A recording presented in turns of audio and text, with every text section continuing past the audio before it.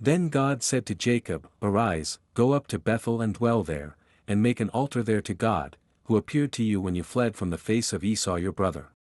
And Jacob said to his household and to all who were with him, Put away the foreign gods that are among you, purify yourselves, and change your garments.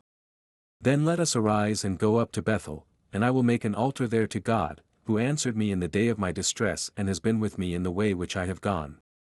So they gave Jacob all the foreign gods which were in their hands, and the earrings which were in their ears, and Jacob hid them under the terebinth tree which was by Shechem. And they journeyed, and the terror of God was upon the cities that were all around them, and they did not pursue the sons of Jacob.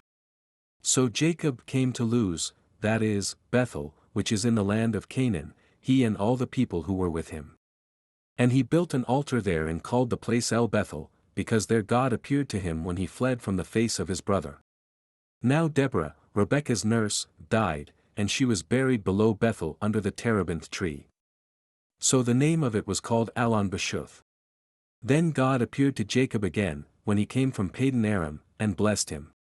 And God said to him, Your name is Jacob, your name shall not be called Jacob any more, but Israel shall be your name. So he called his name Israel.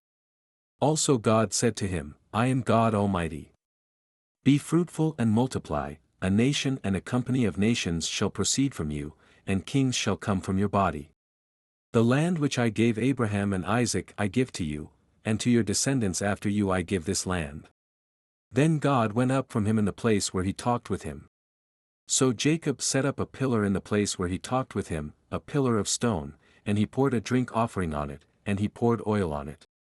And Jacob called the name of the place where God spoke with him, Bethel. Then they journeyed from Bethel. And when there was but a little distance to go to Ephrath, Rachel labored in childbirth, and she had hard labor. Now it came to pass, when she was in hard labor, that the midwife said to her, Do not fear, you will have this son also. And so it was, as her soul was departing, for she died, that she called his name Benoni, but his father called him Benjamin. So Rachel died and was buried on the way to Ephrath, that is, Bethlehem. And Jacob set a pillar on her grave, which is the pillar of Rachel's grave to this day.